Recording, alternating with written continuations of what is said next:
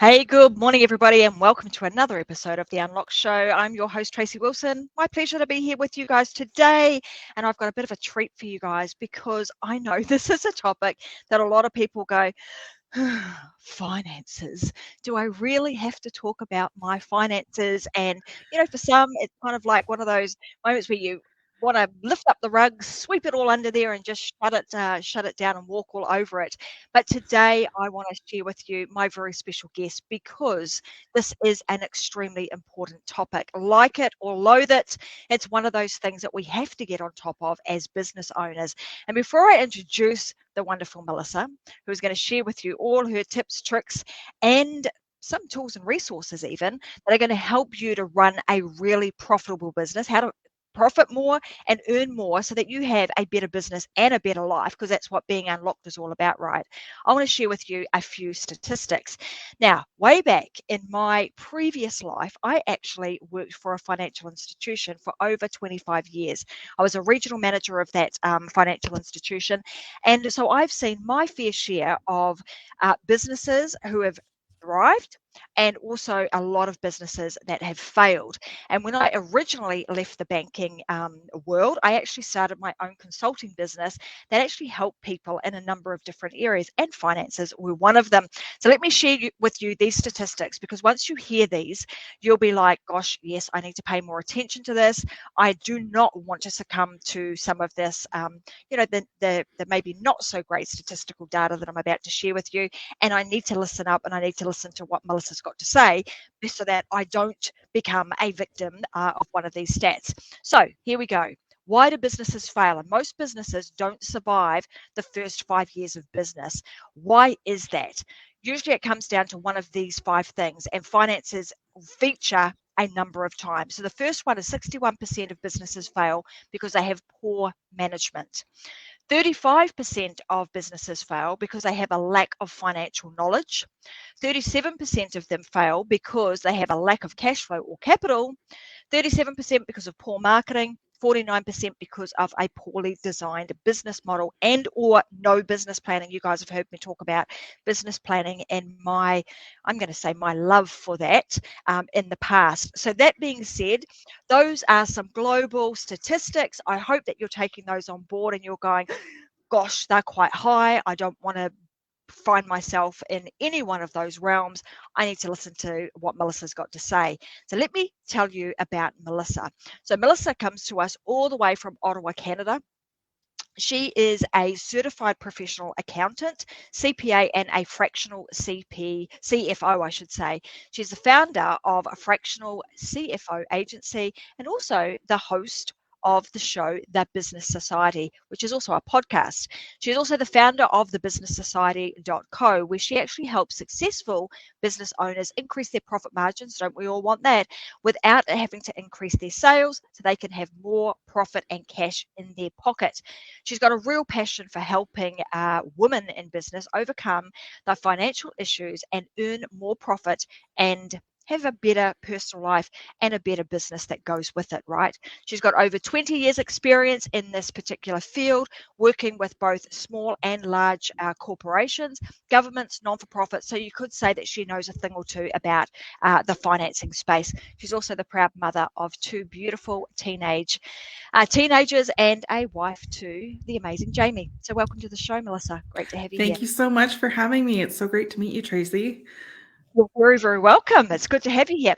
Well, look, let's talk about, because this is one of those topics, right? And you've probably seen this many a time where, a lot of people start out in business. Most of them have a real passion for what they do. Vast majority don't have a passion for dealing with their finances. However, we know as business owners, it's one of those things that has to be done. We have to get a handle on it, right? So give Yeah. us a little of your background. And why is it that you've become so passionate about this particular topic? Yeah. So, I've been working as a CPA, like you mentioned, for over 20 years. And what I really noticed, whether I was working with project managers or small to medium sized business owners, what have you, there was a real lack of understanding their business numbers, right? So I knew that when we were doing their books and giving them really good financial advice to follow to help make their businesses more profitable, when we would meet them with them and talk to the business owner about these things, it was like, you could see their eyes glazing over and they weren't sure what we were talking about. And it just wasn't resonating with them, right? So I was like, this is not right. This is not right. Like I have to help business owners understand so that they can take away from these CPA meetings and implement all the financial knowledge that we can help them with on a day-to-day basis so that they make more profitable decisions in their business on a day-to-day basis. So that's essentially why I decided to go out on my own and start my own business, is to help business owners do this. And that's fantastic because now you're really, putting your money where your mouth is, right? You're actually in the trenches with the business owners Yeah. doing the same stuff. So you absolutely know and understand what it is that they're going through. And what's interesting, like you talk about, being a CPA and talking to people about their finances, usually after the fact, come in, we're going to have a meeting, we're going to do your taxes. We're talking about things that have already happened in the past. But what I Yeah. love about what you've just said here is that you're equipping people with the skills and the knowledge to actually look at maybe a set of, financials or some data, or understanding what's going on in their business to be able to make better financial decisions, which prepares them for, what's coming next. So let's talk a little bit about, why, like that's a real shift, because a lot of accountants don't necessarily do that, right? A Mm-hmm. lot of them would be like, yep, come in, I'll do your tax return, but not really equipping that person with the skills and the knowledge to be able to make good financial decisions.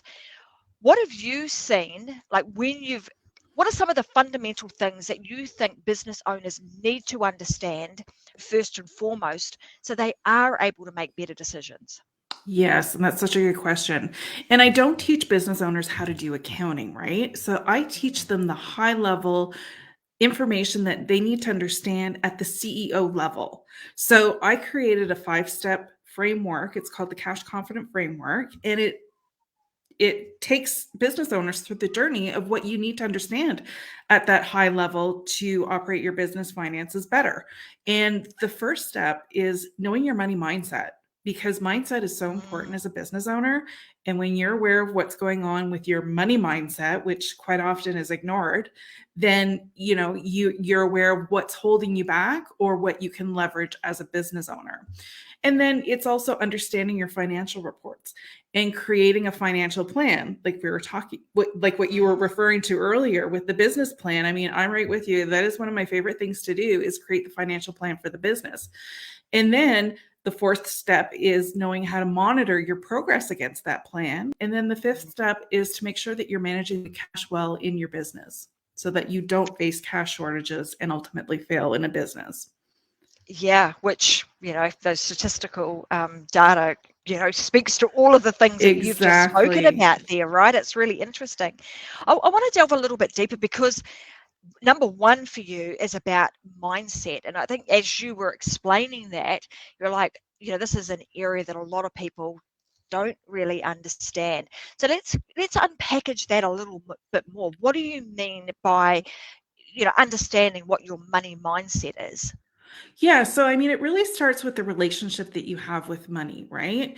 And everybody carries money baggage or a money story. And you've learned your money story likely, from early childhood. So if you have these memories of people telling you that wealthy people are not nice people, they're unkind, to be wealthy is to be a jerk, or maybe, you were growing up in a household where money was a constant stressor between your parents, and you've just automatically learned that money is stressful. Or if your neighbors were talking about people who have money are just not kind. So like your money story can go anywhere, right? And everybody has their own money story.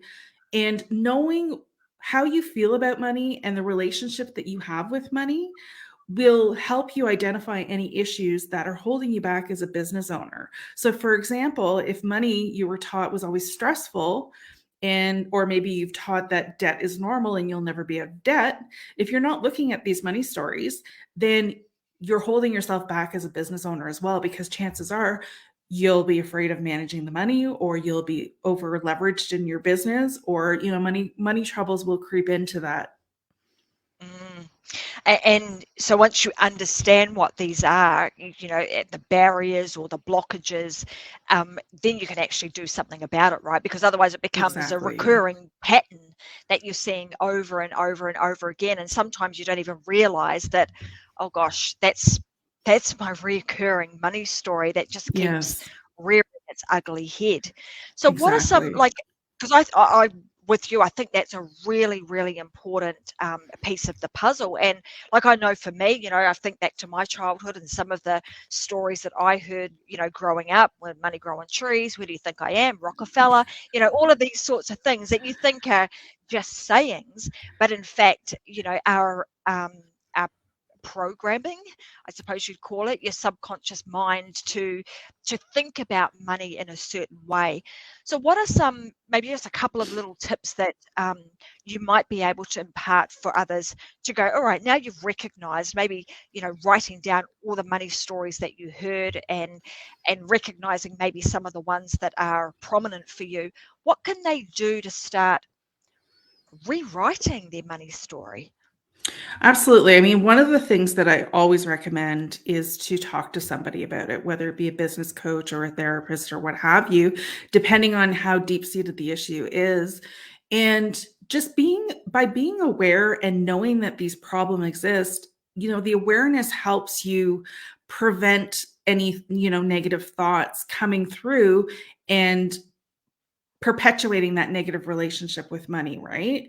And Mm, when you start dealing with your money, I believe firmly action is like the best cure for any sort of money story that's holding you back.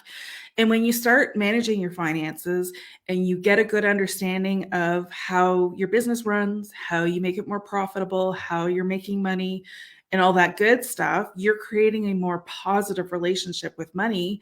And with action comes the financial confidence and the financial wherewithal, the knowing of how to make the right business decisions, right? So it mm. just ends up working itself out as well through the action of taking control of your finances.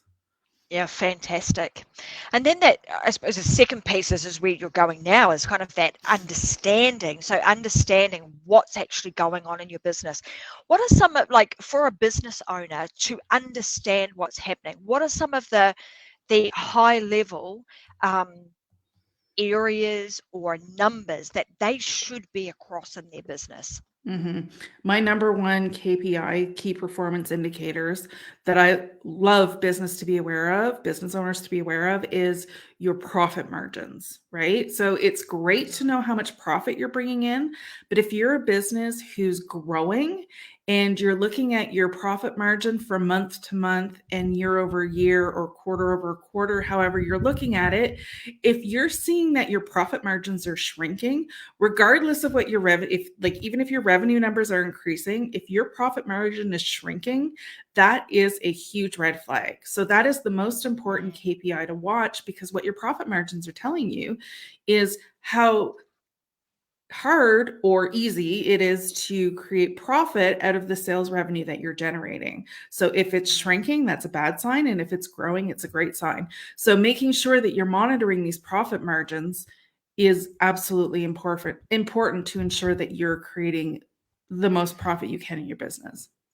And I suppose, like, that is so topical in the moment that we're in, right? Because like, in the environment we're in right now with COVID and what have you, the price of goods, is cost of goods sold is just going through the roof. So if you're not across all of that, where, last year you might have thought, hey, I've got some decent profit margins, I'm making some money, the price of goods goes up, all of a sudden your profit margins are starting to be eroded, and you look at you look at your end of year results and go, damn, what happened there?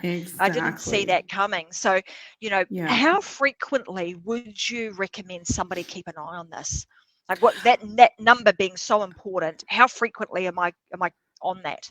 I mean, it's really going to depend on how large the business is, right? But I say absolutely nothing less than monthly. So, on a monthly basis, you should be looking at your financial reports. You should be looking at your income statement and your balance sheet. And you should be looking at different types of reporting that's suitable for your business and reporting on KPIs that you want to be monitoring to ensure that you're tracking the progress of your business. So there's, a lot more KPIs that you can be monitoring other than profit margin. And it's going to entirely depend on the industry that you're in and the stage of business that you're in.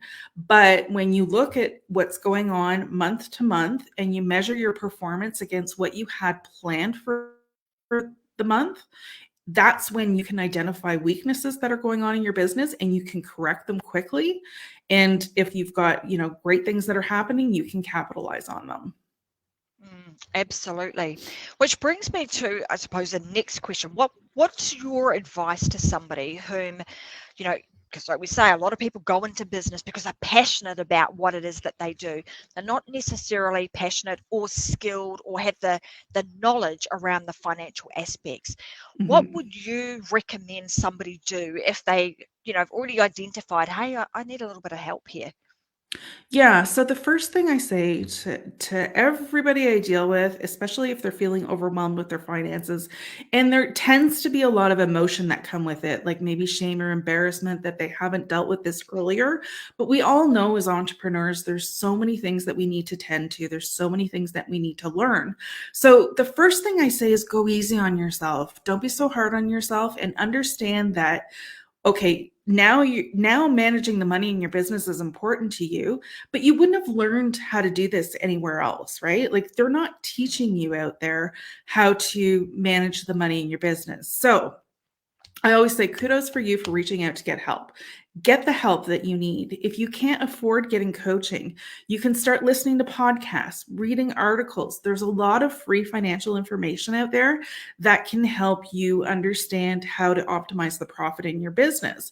And when you do get to that point where you need help and you can afford it, work with a coach who's going to help and help you create that financial plan and ensure that you are looking at your financial reports each and every month so that you are optimizing the profit in your business and you've got that financial plan and goals that you're working towards within your business. Just fantastic. And this is probably a prime, spot where I should say, if people do want some assistance, then that's exactly what Melissa does too. So you can Yeah. reach out to her. And what I'll do is at the end of today's show, I'll make sure that her links are in the show notes and you can head on over to Melissa's website and make contact with her because like she says, the first step to this is kind of acknowledgement and she'll help you also be able to overcome maybe some of those money stories that you've got going, running around in your head to help you move forward. One of the things that I think is really interesting to talk about is the reasons why we should, like we should start a business. And I know you talk about this in the sense of you need to think about building your business for maybe someday selling it. So the Yes. saleability of your business. So let's talk about that and why is that so important? Because you don't often see business owners thinking about that, right? They think about, oh, Mhm. I'm creating myself a job right now, or I'm going to create a business that maybe my children can take over. But not many think about it in the sense of, hey, I actually need to create something that is going to be desirable, profitable for somebody else to purchase. Yeah, absolutely. And this is a topic I really enjoy talking about because not a lot of people are talking about that, right? And what you're doing as you're building your business and you're making your business more profitable, you're increasing the worth of your business. If you start thinking of your business as possibly one of the biggest financial assets that you will own, because as a business owner, you own 100% of your business. Your business generates income for you, it generates revenue, it's generating profit. And if you're managing it well, it's generating a lot of profit for you. So when it's time to wind down, a lot of people just think they're going to shut the doors and that's it. And, the business was good to them and, bless and release. But they're not considering the fact that you can actually sell what you've built so far, right? Because as you're growing your business, there's a lot of assets that you're accumulating for your business. And there are a lot of buyers out there who are more interested in buying a more established business than starting their own. So if you start thinking about how you can set your business up to sell, even if it's 10, 20 years down the road, when you start thinking about it and you set it up in a way that it makes it really saleable and it increases the worth of the business, then what you're doing is you're helping yourself by, bringing in an extra income stream for when you sell your business. Absolutely. So what are some, like, just set your business up so that it is saleable? What are some of the key things that somebody should be thinking about and maybe implementing in their business? So when the time comes, it might not be next week or next year, but when the time comes that it actually is ready to be marketed for sale. So you're going to look at your customer list. You're going to look at your financial numbers. This is why knowing your business numbers is so important. So when you're generating revenue and you're generating that profit, these are the things that buyers are going to look at. They're going to look at how much income they can rely on from your business.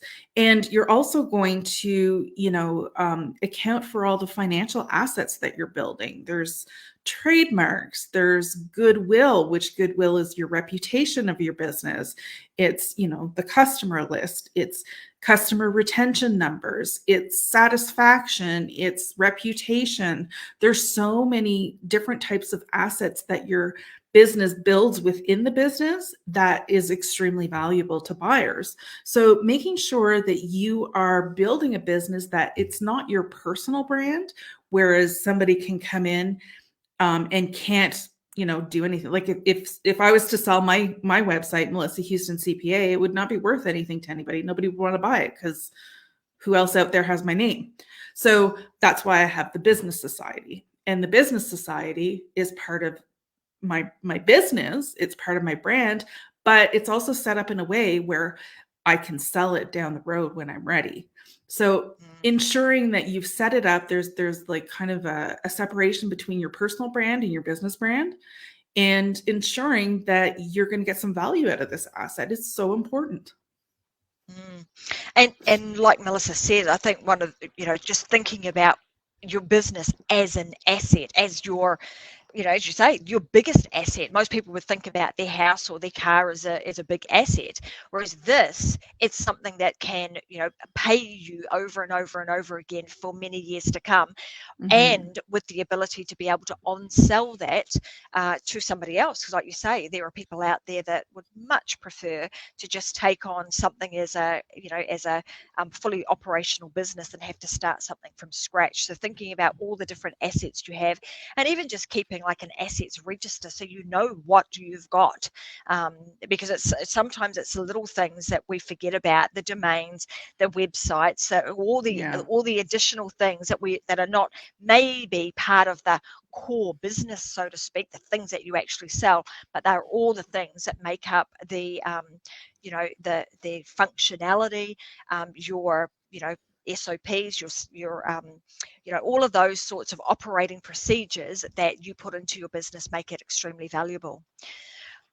To stay on, we've talked about sort of the saleability. Let's go to something now that scares some people too. It's this whole thing around taxes.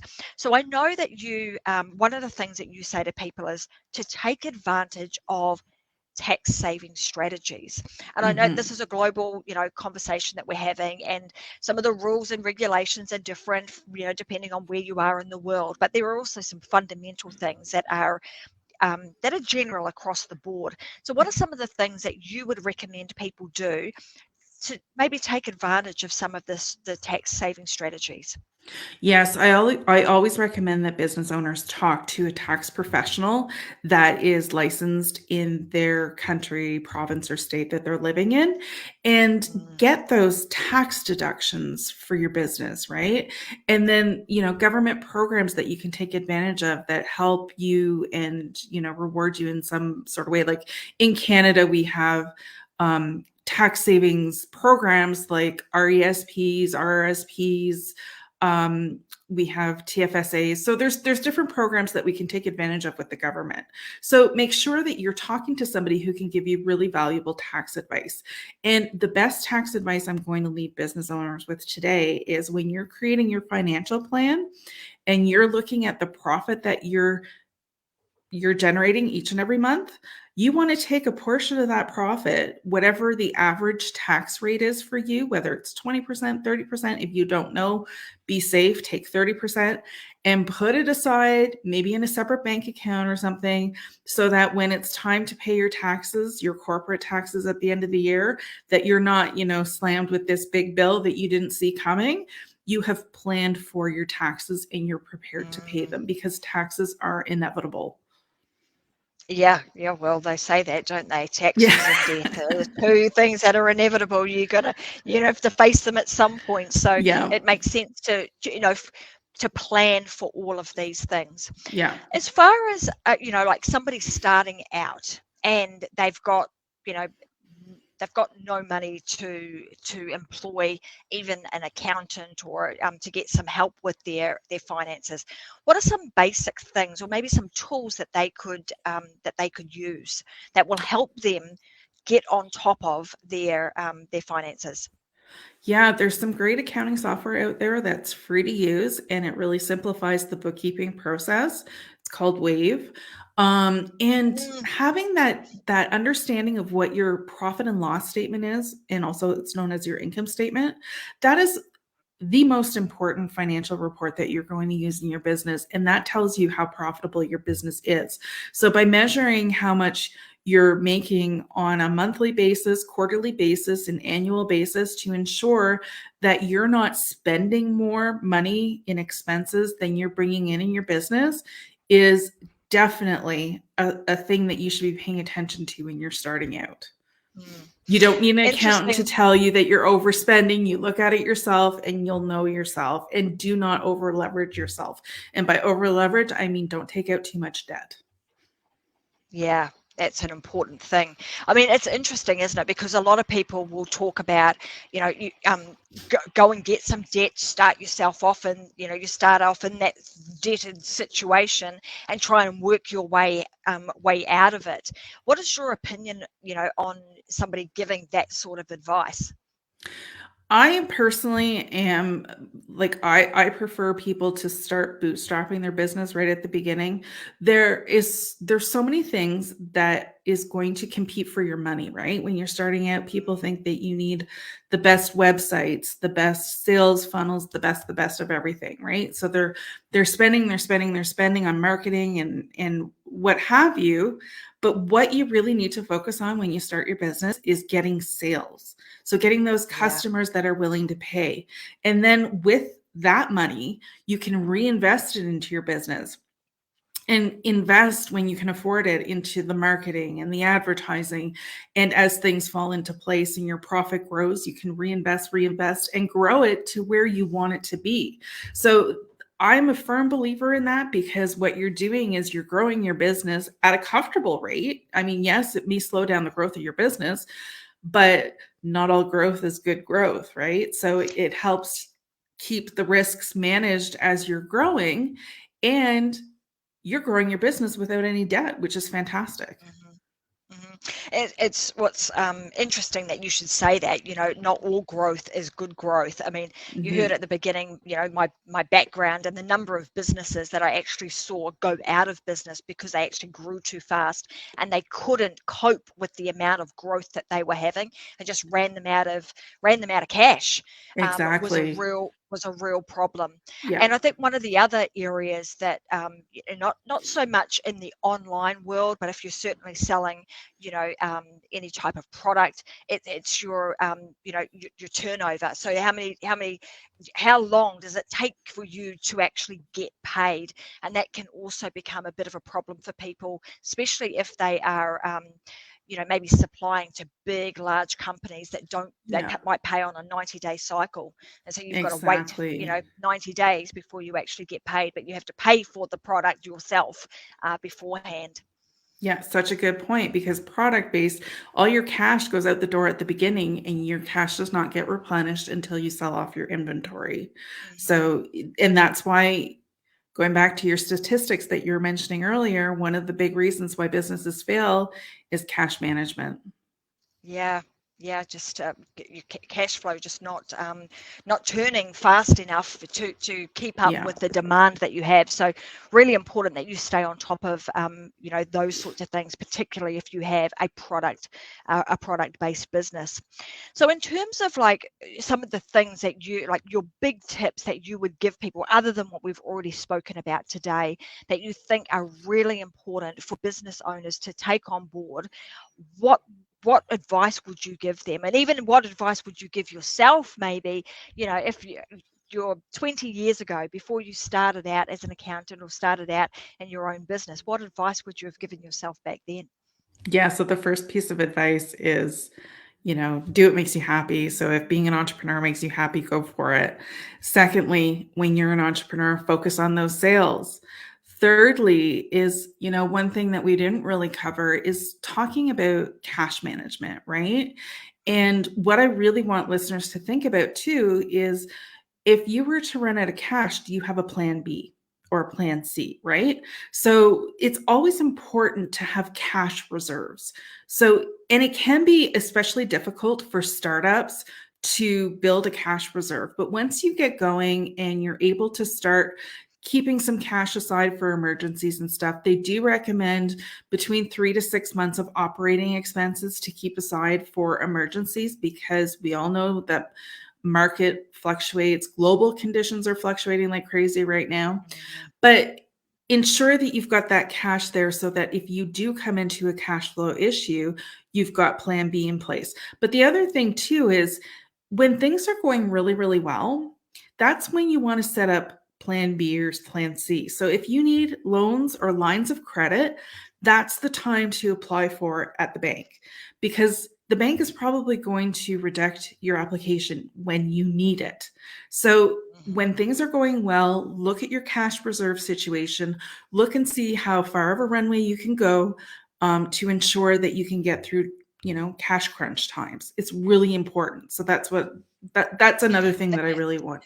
That actually is a fantastic piece of advice, because I have seen that firsthand, and you're absolutely right.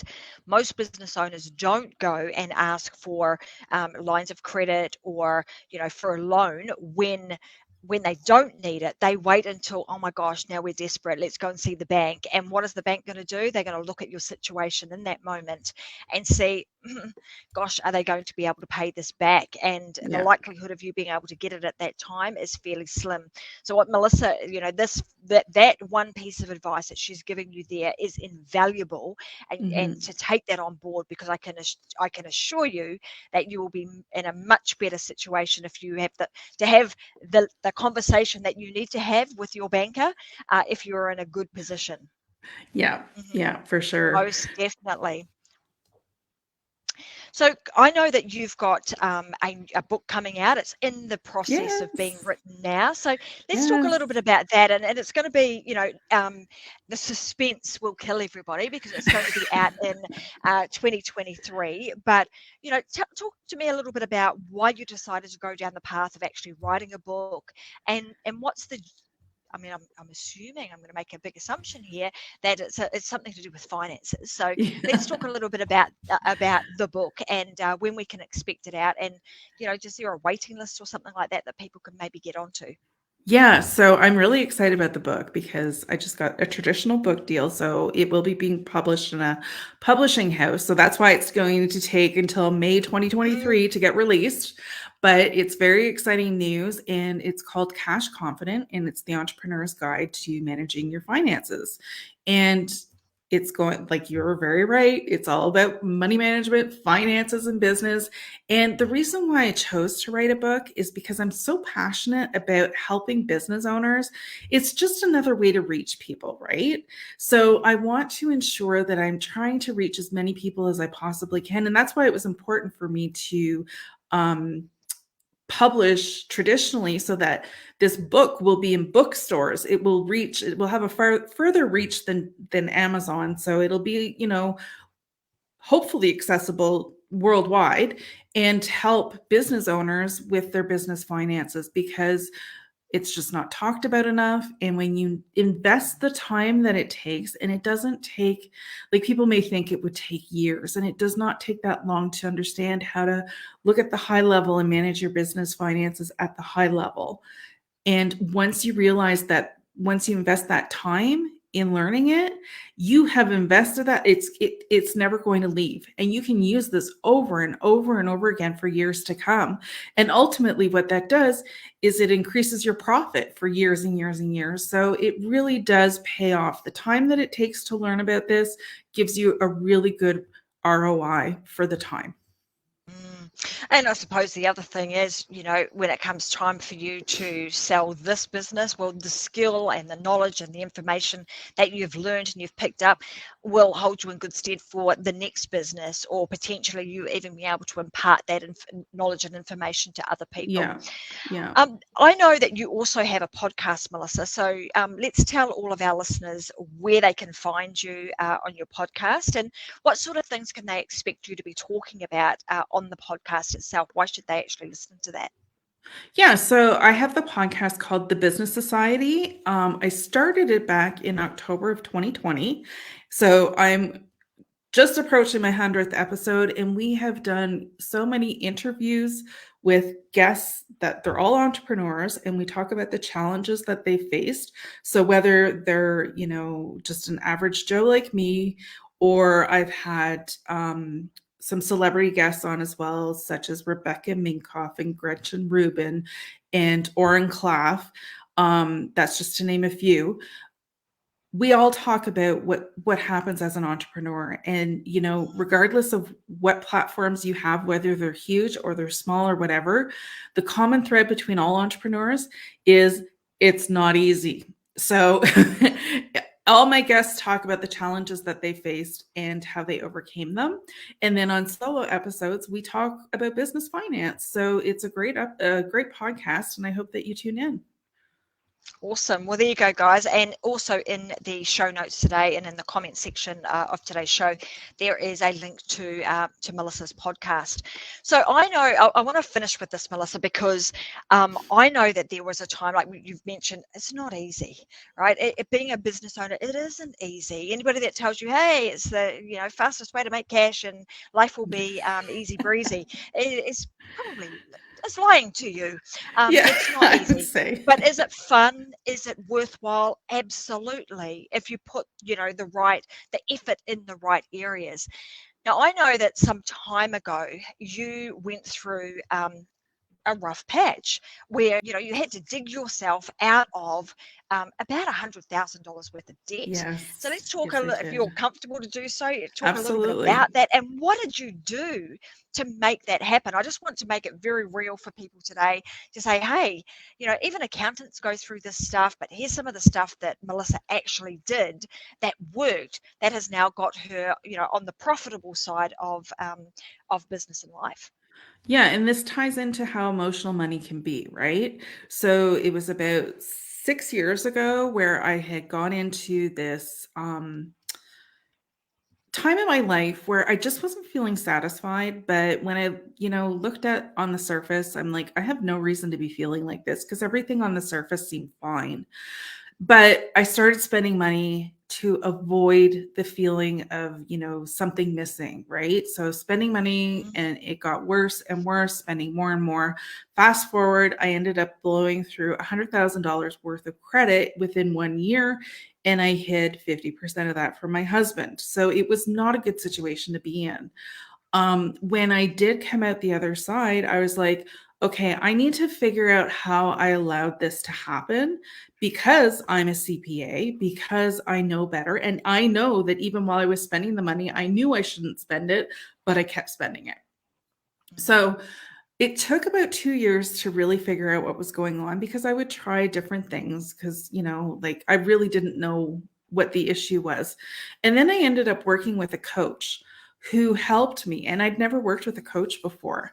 And as we peeled back the layers, I quickly realized that the issue that was holding me back, or holding me to avoid my feelings and spend money like crazy, was that I really wanted to become that entrepreneur. So this is before I started my business, right? And I was not being true to who I was. So my bad behaviors came out in different ways, because I was avoiding the situation. So once I learned that, I had to follow who I truly am and take that leap of faith, really is what it was, because I'd left a really good job, really steady income, to start my own business. Like, it was like a switch that flipped, and I was in it 150%. And it's changed my life. I feel so good. So I think the lesson really that I love to share with people is not only that your mistakes don't define you, but also the importance of being true to who you are. Yeah, absolutely, so important. And how Mm-hmm. fascinating is that manifested itself in the way in which it did, Yeah. given that you're in that space. And I love the fact that you're telling this story, because it shows to people that, hey, it's okay, even if, because a lot of people would think, like, I've heard people say, I don't feel like I can launch my program, or I can launch my whatever, because who am I to do that? Whereas that story, you're like, no, that was actually the reason that these things were occurring, was because I wasn't being true to who I am. And now I'm Yeah. standing in my power and doing the things that I am destined to do, because it feels right, it's authentic to me. Yeah. It's amazing how momentum kicks in, and and you can't help but be successful when you're coming from a place of authenticity and being driven in Exactly. that manner. The other thing that, and it'd be great to have you back on another show, and maybe we could talk about this a little bit more.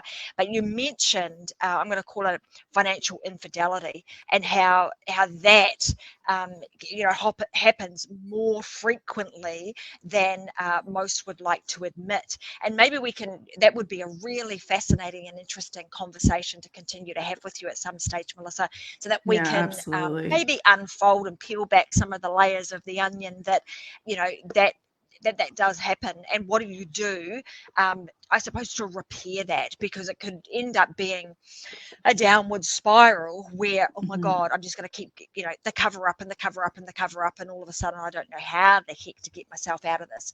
So it would be Yeah. great to continue to have that conversation at some time. So I just want to say, and because of that, I would love to be able to have you back at another time to Yeah, talk I would about love that a that. little bit further, if you're willing to do so. Yeah. And we can flesh out a conversation about that. And maybe some of you guys that are listening today, if you've got questions about how to deal with financial infidelity and what to do about that, head on over to tracymwilson.com and shoot me a line. You can shoot me a voice message or a email and just ask that question. I'll be sure to make sure that I ask Melissa your burning questions about financial infidelity in another conversation. It's interesting because somebody's saying here today that, what is she saying? She's saying financial infidelity, saw that so much working as a financial analyst, or analyst, I should say. So Robin Helm was saying that in her past life as a financial analyst, she saw that a lot, and I saw it a Yeah. lot too in my previous life. So let's continue that conversation. We go down the rabbit hole on another unlocked show. We'll unlock that Pandora's box of financial infidelity. But for today, I just wanted to say thank you very much for being here and sharing your knowledge and expertise. And I wanted to give you one last opportunity, I suppose, to share any other pearls of wisdom, advice that you would like to just drop to our viewers today, and we'll make sure that we let them know when you're back on the show so that they can tune in to part 2 of Melissa Houston. Yeah, I mean, if there's anything I really want listeners to take away from the conversation today is that regardless of where you are in your business, what stage you're at, if you're at that point where you realize that money management is important, take that step. And in fact, you can go visit my website, melissahoustoncpa.com, and grab the 5-step roadmap to biz finance freedom. And that outlines the 5-step framework, the cash confident framework that I was talking about. So what you need to understand as a business owner on that high level understanding of money management in your business. So make sure that you're looking at your financials and optimizing the profit in your business, because that is what you get to take home. So important. Well, look, Melissa, I want to say thank you very much for joining us on today's Unlock show. You've been an amazing guest. Thank you to everybody who has tuned in and has been listening today. Don't forget, if you are over listening on YouTube, hit the subscribe button and also the little bell so that you do not miss a beat. And you can head on over to Tracy M. Wilson and also subscribe so that you can get newsletters and emails from me just with all of the great tips that our guests drop inside of our Unlock show. And I'll be back again with another episode of the Unlock show Friday 10 a.m. and, as you guys know, Wednesdays at 10 a.m. Brisbane time. So thanks so much for joining me, and that's it for today's episode. I'll see you guys again on Friday. Bye for now. Thanks, Melissa. Hey.